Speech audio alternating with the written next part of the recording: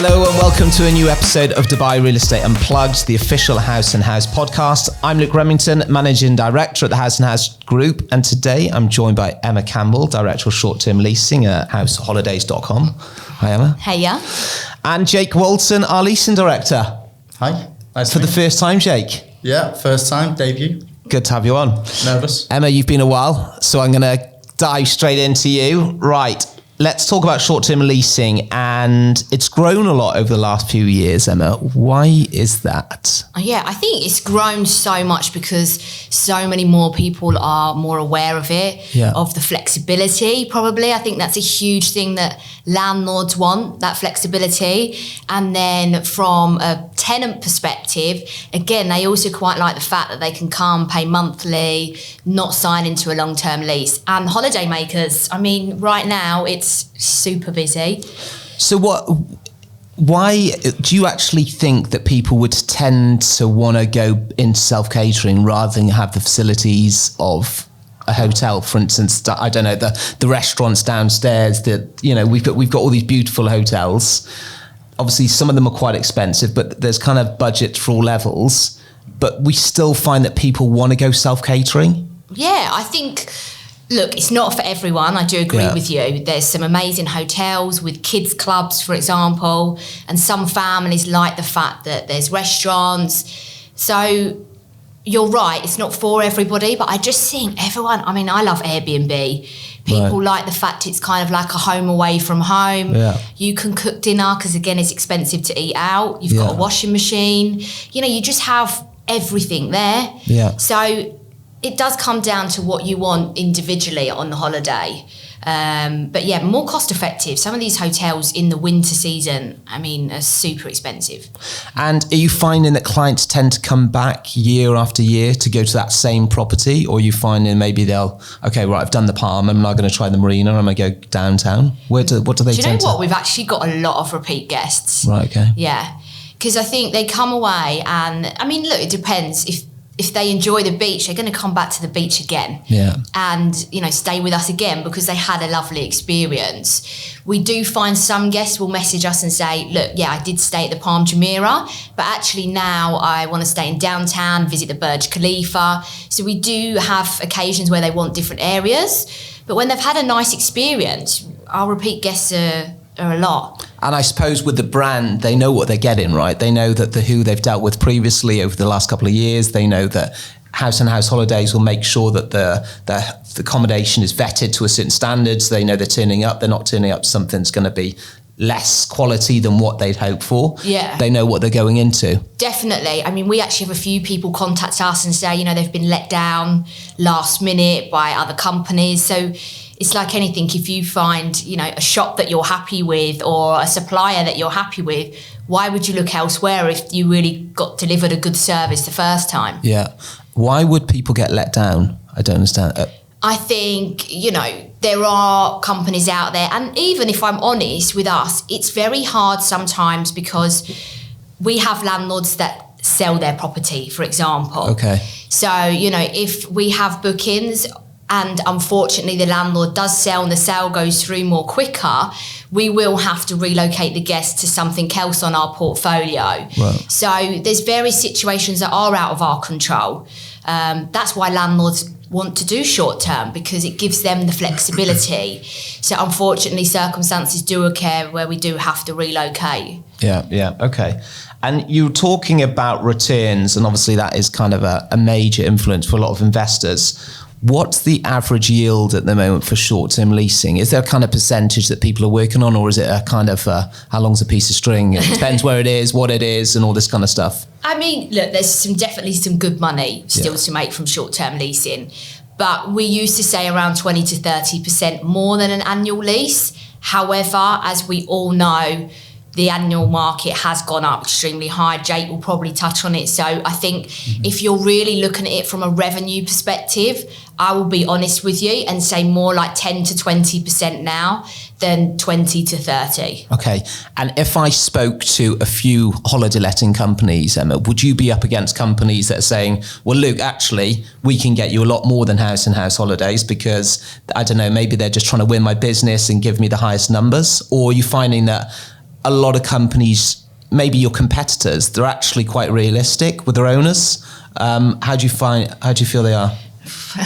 I'm not telling you to slam your competitors. I'm just obviously that we are kind of salespeople, right? We want to win the business, and it was common in the sales market that if a seller wants to sell, then they're going to call out a few agencies. Someone's going to give them a really high price, probably not going to sell at that figure, but over time they'll bring the price down. Are you up against that? Definitely. Look, there are many competitors out there that will pitch to the landlords and say, we can earn you X amount a month, a day, but we have to manage our landlord at the end of the day. They sign a yearly contract with us.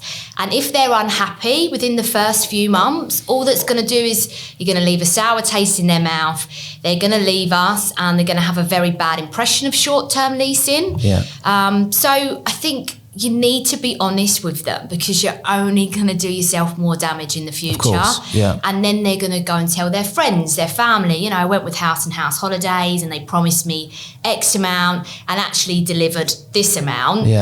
I don't want to work with them again. So I'm always like, go with the competitor and have a chat with me in 3 months' time. If they haven't performed, please do come back to me, because I think we've given you an honest evaluation at the time. Okay, so you do say that to some clients? Definitely. Quite often? Yeah, because it's like anything, I'm sure Jake will say as well, if you actually give them the opportunity to go and try some of the other competitors, see what experience they have, they're more enticed to come back to you and they're happier when they do come back to you.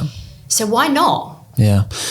When you look at the kind of the way that you've set up the business, are you more focused on the guests or the landlords? You've got to be focused on both. Okay.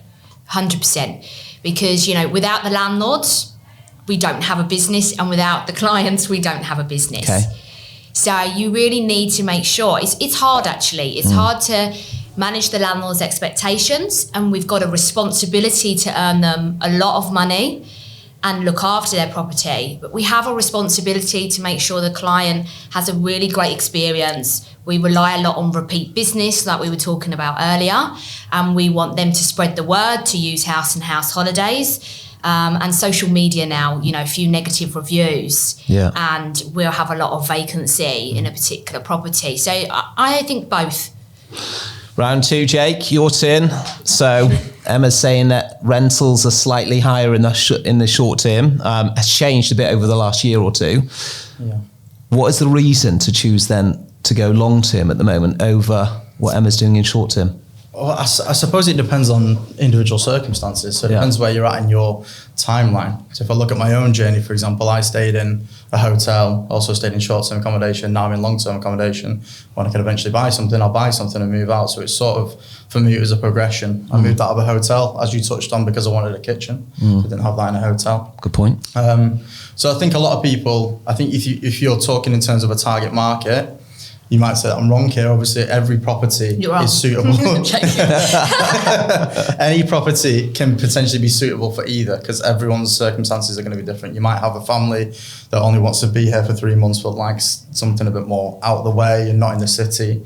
Or you might have someone that wants to stay here for a month and be right in the thick of it in downtown, a one-bed apartment. So you're going to have someone that caters to every property. For me, I always saw the short-term side maybe was slightly better for short term, was like the low end property, so the entry level stuff like that I took when I first moved to Dubai when I was waiting for my visa. So non-residents. I also had a pot of cash, but when you first move to Dubai, you realise that pot of cash pretty much diminishes quite quickly. So to then go and take a long term rental where I might need 1, 2, 3, 4 checks. Obviously, I wasn't able to do that until I had a steady enough income where I could do so and save more money. So to have that initial outlay for a long term let was difficult at the low end of the market. So it was easier to go month to month, even though you are paying a premium for that, for me in that circumstance. And also I think on the super prime high end, where you are getting billionaires, multimillionaires who just want to taste of Dubai for a couple of months maybe. I felt that they are generally more suitable to long term, to short term lets. Those are the properties that we seem to maybe we bring on the market as a long term basis, and you probably end up getting a short term client for it. So with the sales market, obviously prices have gone up ridiculously. Everyone knows that, and it's kind of the buzzword. You've got Arabian Business every single week saying how many transactions, billions of transactions. You've got all the other editorials putting out. You've got all the radio stations. I'm also hearing, and you kind of see on these forums about people that are kind of saying, well, the market for long term is now ridiculous compared to what it was, say, 2017, 2018. I was paying 100. Now I'm asking, my landlord's asking 220. Yeah.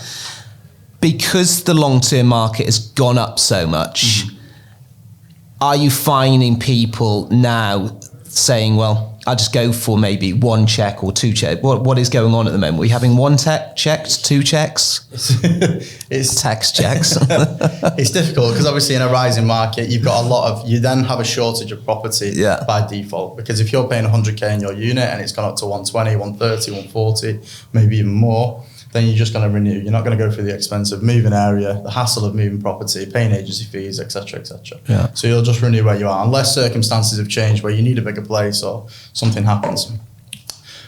So obviously that creates more demand in the market, which further then pushes the prices up as we're getting less and less stock coming through. Okay. So that's essentially what happens. Over the last 2 years, I've been looking at an average of 5 to 9% on the rental return. Okay. On Property Monitor, it's showing 6.29% as an average. Okay. But I would state that is a moving picture. So that's sort of you buy and rent it today. So that's the sort of return you'd be looking for as an investor. However, a lot of investors that bought 2 years ago, they've seen their rent increase by 50%, even maybe 100% in some communities or some certain layouts and certain types. Which means that when we're putting deals through and we look at their title deed and we see what rent they're getting, they could be getting 10 to 15% now because they bought it 2 years ago and the market's increased so much. Yeah. So the returns over time do change. Where if you think in the UK, your return would probably stay around about the same. It will probably increase over time, but at a much slower rate. Whereas in Dubai, in the last 2 years, you can almost double your return. Okay. And what's yeah, for sure, right? If you're looking back on it, it's just crazy what's happened. Yeah. What about the future, Jake? What are you predicting for kind of 2024 with the market? Are you going to still have a shortage of long let properties? It depends. It sort of goes a little bit hand in hand with what happens in the sales side. So the leasing market could potentially boom if we see a peak in the sales side and buyers decide, do you know what, prices are too high, let's just sit out and rent for a year or two and see what happens. Then obviously we're going to have a huge influx and a huge demand of rental clients that have money ready there to go, that they probably saved a deposit to buy a house and decided that they didn't want to do that. So you probably have an influx of one-check clients, which then again could potentially push the rental market further up. But obviously that's why there is a shortage. Don't do that. Well, it could happen, if that happens. From my perspective, there's agents calling landlords every day. I can get you this, one check, and very good prices. Now, from a landlord, they see that stability. So then when they speak to my team, they say, well, look, actually, we've just been offered this amount. It's really good, and I've got a mortgage to pay for. I know what I'm getting. And I do understand it. We're very, we understand each landlord also has their own reasons, and financially. When you've got a mortgage to pay for and someone's offering you a great amount in one check, Jesus, that's enticing, right? I don't blame them for thinking, short term's great, it's flexible, but maybe I'll take this while the market is at really a good position. Yeah. So for me, selfishly, I hope it doesn't go crazy because I'm finding that a lot of landlords are sort of swaying to this stability at a really high figure now. Yeah. And actually thinking, short term was great, but maybe I might swing to that for this year. What about future? Okay, so we're talking about the kind of the pendulum kind of going between long and short term. Sure. Rules and regulations, same. Have I got more hassle if I go with you, Emma, compared to if I go with you, Jake? What's the easiest thing? Because there's got to be this element for a lot of clients to say, that's what we always hear. And I think this is perception of the buyers. Everyone's loaded and they've got lots of money. And if it lets 2 weeks or if it lets 10 weeks, it doesn't seem to be that much different. So is it fair to say, I just want simplicity? I want who's the easiest to, and who can I trust to do what they need to do? I think it very much depends on what your plans with the I just want an easy road. Have I got more to do with short term? Well, I mean, we managed it right from A to Z. Furniture. So we will furnish the unit as well. So I don't feel like our landlords have any headache when we're managing the property. Yeah. What I will say that I get asked this question a few times is, they're like, but you're having different guests coming in and out. I'm worried about wear and tear. It must be one of the biggest things that a lot of landlords talk about. Wow. And I was actually thinking about it this morning because I saw here that actually, you know what? You just don't, even with an annual lease, you could have a family move in there, right? With 2 kids running around, potentially drawing on the walls or whatever, I don't know. Using daily, they're cooking every day. They're really, they're using the apartment. And then on short term, right, just because there's different people going inside, it might be corporate business travellers that are never there all day. They never cook. Honestly, we go into some apartments, the oven hasn't even been used. They literally in the office all day, come back, sleep.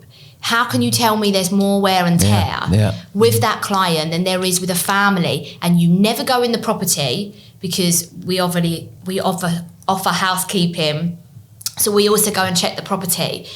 I don't get that point. Do you think it's maybe the client's feeling that if Emma's going to take a property and she's going to take it for long term, she's going to be more careful with it because she knows, well, if I wreck it in the first week, then I've got another 51 weeks, you know, that it's going to be wrecked. So I don't know, you may take your shoes off at the door, or you may just do things slightly different. I don't know. It's like when I kind of see the maids and they're like smashing the Hoover around the house, and you know, it's pulling this Hoover and it's banging off the corners of the room like you know, bumper cars. And you're like, I wonder if you would do that if you were going to be here a long time. Although they are there a long time, probably.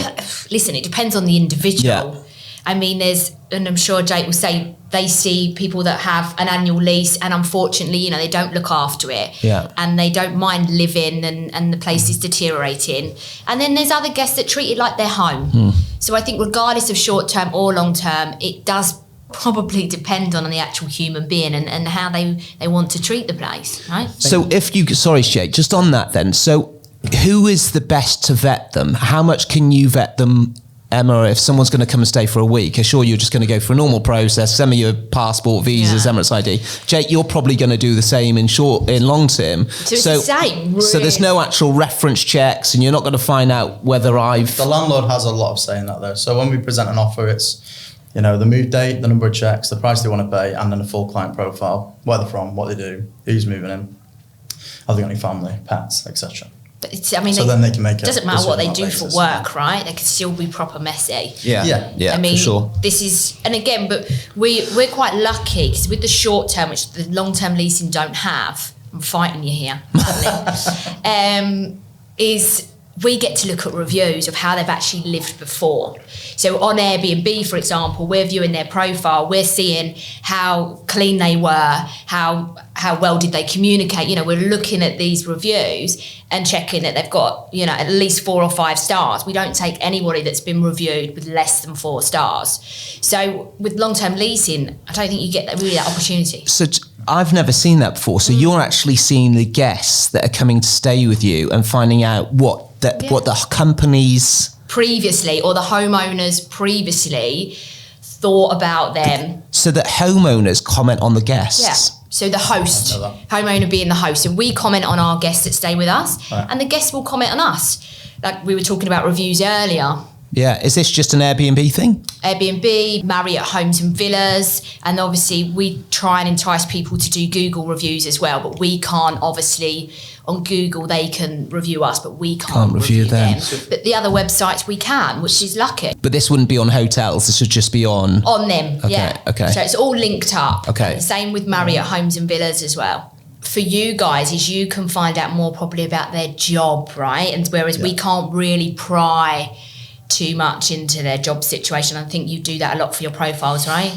And obviously there's more that makes up. Obviously, if you're on a short-term basis, it's likely going to be month to month. So there's more thought that needs to go into a long-term let. If they're paying in 12 checks, then you need to understand like what is their background? Are they going to be able to cover the 12 checks? If it's one check, maybe they don't have to consider the job too much because they've got that security of being paid up front. So there's different factors that will go into the landlord's decision there, not only cleanliness, because like you say, they can look like the most clean person in the world and very different how they live. Yeah, and I suppose that there is an argument to say that if I'm going to rent it short term, I've got to furnish it, therefore I've got an expense so I've got more wear and tear on the furniture, whereas if Jake's going to do it on a long term basis, then other than the tiles, and there's no cookers and there's no dishwashers normally, right? Yeah, there's no need to furnish. You might have to do a basic level of maintenance, painting and cleaning. Obviously the structural issues or things, services not connected, AC's not working, then it will be expected that you would get that sorted for the tenant. But it's really limited what you'd need to do, really. The real regulation says that the property has to be in good condition. Everyone's perception of good is very, very different. It's grey, right? It is a grey area on that, but as long as everything seems to be working in working order, then you can rent it pretty much straight away. And in terms of, you don't have to consider bills included. I know when I stayed in short term, I just left my AC on all day because I wasn't paying for it. So if you've got heavy consumption on a short term, you're one of those, are you? Yeah, are you one of them? You open the door. I get bad reviews on your booking thing. I think. You open the doors when you want to get open AC. Do not host Jake again. God abuses my AC. But I liked it cool when I got in, and I thought I'm not paying for it, so it's fine. It was. Maybe not good for the planet, but Come on, Jake. Yeah. Can you rely on short-term leasing, Emma? Can you rely on it in terms of the income? I think you touched on it, and you've got people with mortgages. Yeah. I think it's probably gone back against what I initially said, that people. My perception would have been, are people that bothered about the return on investment? In terms of if it's 6, 7 or 8, it's still pretty good. Yeah. I've got all this kind of stuff, but can people rely on it in terms of so many new developments, so much more coming on? Your portfolio is growing massively as well. Is there more competition for it? I was speaking to you the other day, I was walking down the corridor, there's stickers on people's doors saying book this unit, QR codes.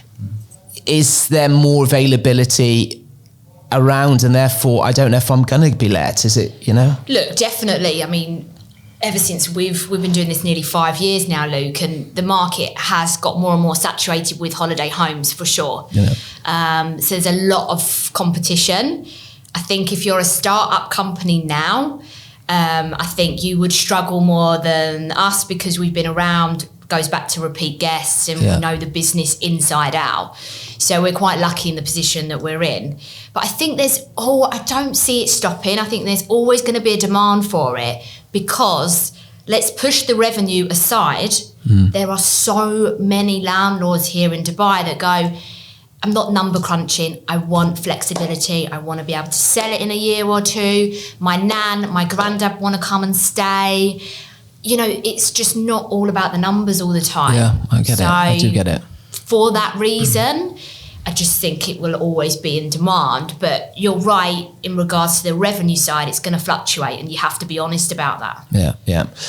Interesting. You were talking about the kind of your portfolio increasing, and there's a lot of companies.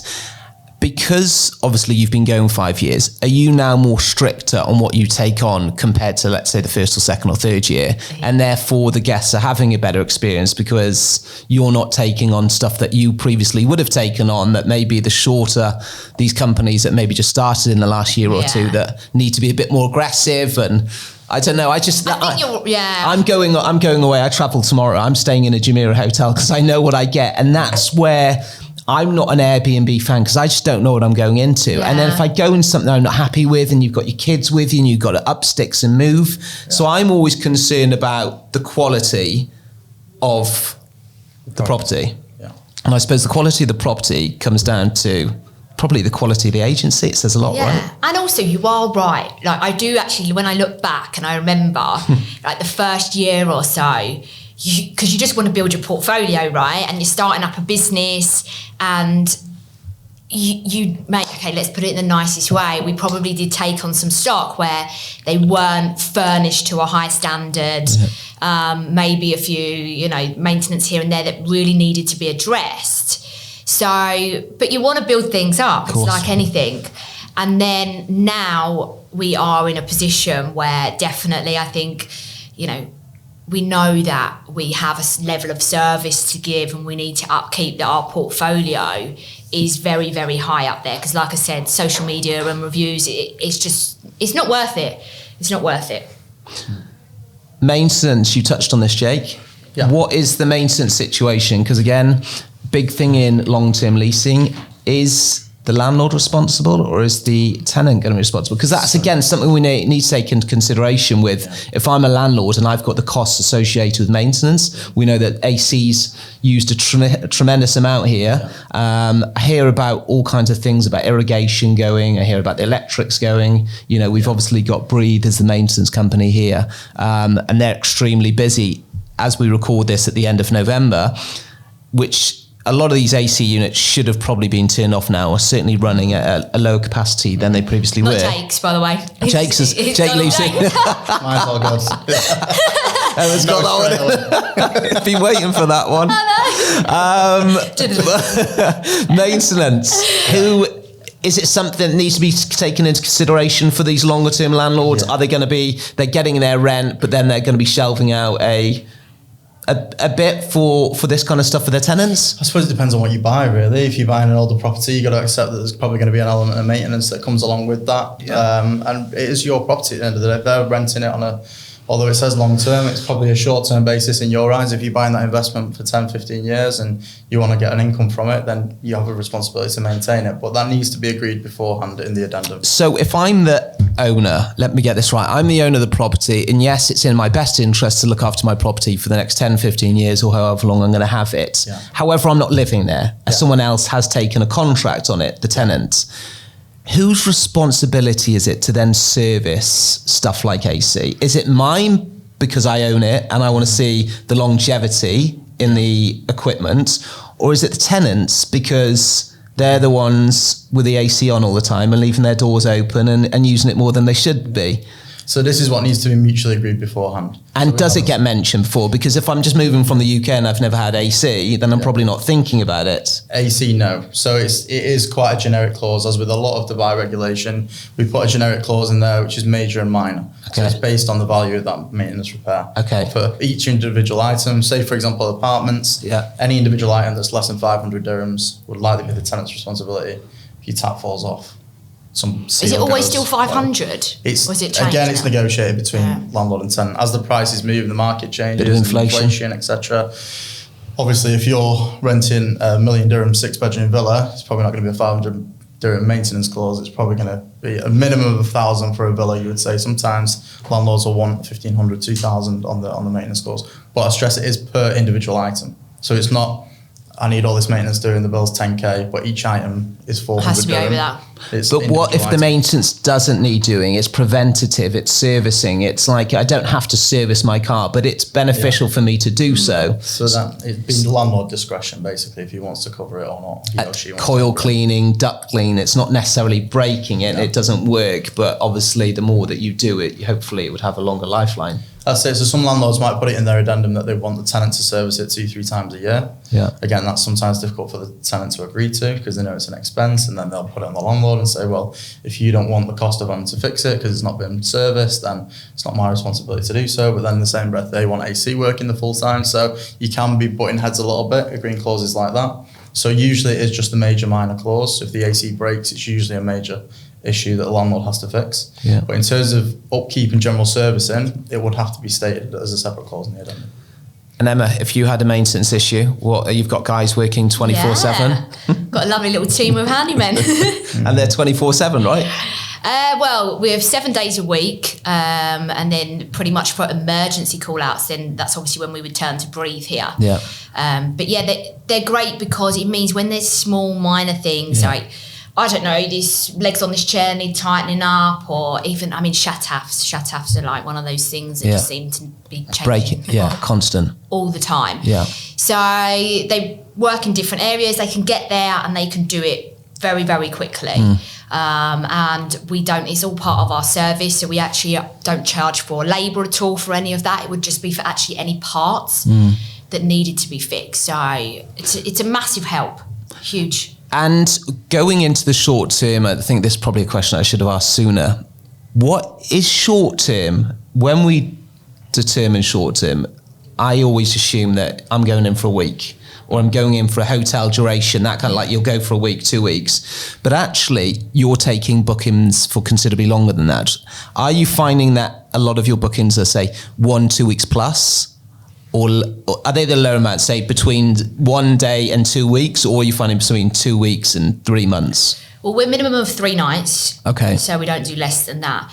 But now, again, it depends on the season. So now the activity on the international channels, being November, December coming, is huge. Yeah. So we have a lot of guests now that are coming for a week. So if you ask me for the duration now at this time, it is more on a daily rental and smaller.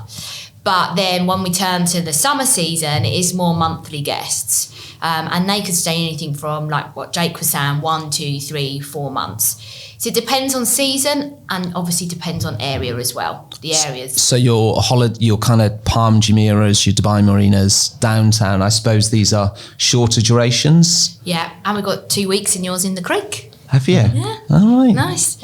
So that's quick. You only had that a week?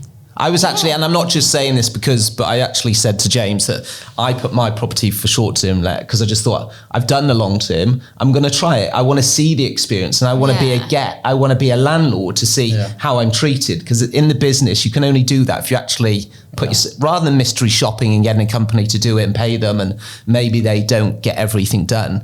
Let's try it. So when do I get the text message? When do I get the call? When do I get the follow-up? And to be honest, it's been superb, and it has been kind of just flawless in what's happening. But at the same time, I do think if I was stuck on the mortgage and I needed to know that I was getting set payments, I probably would be looking in that route. But you're probably what you've got or what you've achieved for this 2-week booking is considerably more than what I would have got definitely on a long term. And you can kind of play it, can't you? So you can speak to your relationship manager, right, let's drop the price, let's put it up, let's move it, there's this. And so that's the good thing. We try and communicate as much as possible. And you have some landlords that want to be heavily involved. Like right now, you would be calling a vet up. Was it rented over the weekend? How much was it rented for?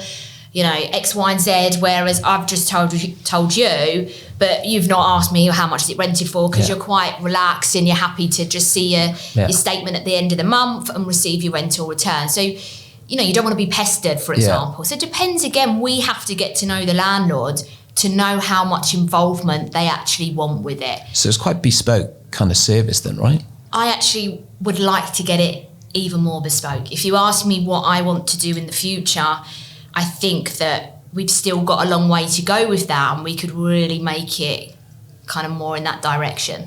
There's a very good podcast actually with the Airbnb CEO, and his kind of vision for Airbnb is, and the kind of, I think you mentioned it, home from home. Yeah. So you want to go to a home that is similar to your home, which I think must probably be every guest's slight anxiousness before they arrive, and like they're turning the key to what are they going into, right? And that's the reason when I say I'm going to a Jumeirah hotel, I'm actually going to a Jumeirah hotel in London, because it's like going to the Jumeirah hotel in Dubai, and you know that the bed's a certain way, you know it's quiet at night, it doesn't matter which room you get, you're not going to hear the elevator going up and down, you've got a certain clientele that, you know, aren't going to be partying in there all night, so you just know what you're getting.